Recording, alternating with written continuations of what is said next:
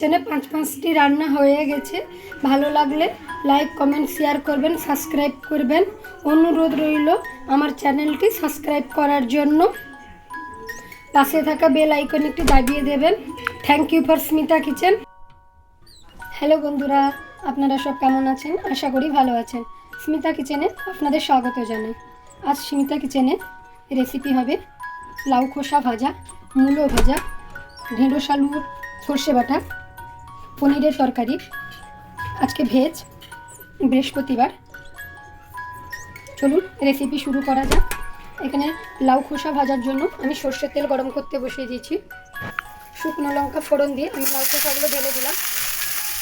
লাউ ডাঁটা দিয়ে 5 মিশালি তরকারি করবো। জিরে আর শুকনো লঙ্কা ফোড়ন দিলাম। সবজিগুলো সব ঢেলে দিব। খোসা ভাজাটা হয়ে গেছে। এবার 1 চামচ মতন পোস্ত ছড়িয়ে দেবো। 5 মিশালি সবজিটা ভাজা হয়ে গেছে। এবার একটু আদা কুচো, 1 চামচ মতন জিরে ধনে পাউডার। লাউ খোসা ভাজাটা হয়ে গেছে, নামিয়ে নেব। মশলাগুলো কষিয়ে নিয়ে এবারে জল দিয়ে দিলাম আমি।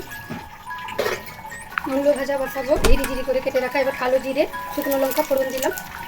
মূলোগুলো ঢেলে দেবো। নুন হলুদ দিয়ে দিয়েছি। এবার ঢাকনা দিয়ে দেবো। এটা হয়ে এসছে, একটু মিষ্টি দেবো, চিনি দিলাম। মূলো ভাজাটা হয়ে গেছে, এবার নামিয়ে নেব।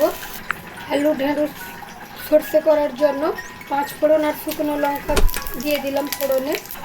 কেটে রাখা আলুগুলো দিয়ে দেবো। লাউ ডাঁটার সেদ্ধ ঝোলটা হয়ে এসছে। এবার ভাজা জিরে মশলা দিয়ে দেবো।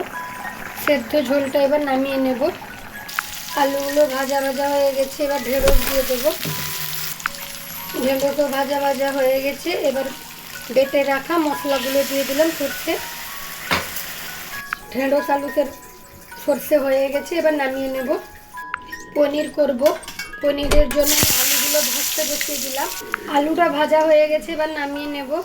পনির রান্না করার জন্য একটা স্মুদি পেস্ট করব।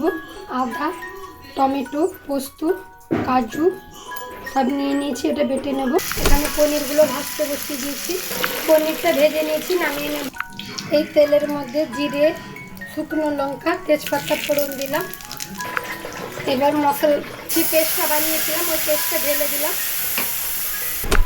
সামান্য একটু জল দেব। ক্যাপসিকাম আর মটরশুঁটিটা দিয়ে দিলাম। আলু আর ভেজে রাখা পনিরগুলো দিয়ে দিলাম। মশলা কষানো হয়ে গেছে সবগুলো। এবার আমি ঢেলে দেবো জল, গরম করে রাখা জল ঢেলে দিলাম।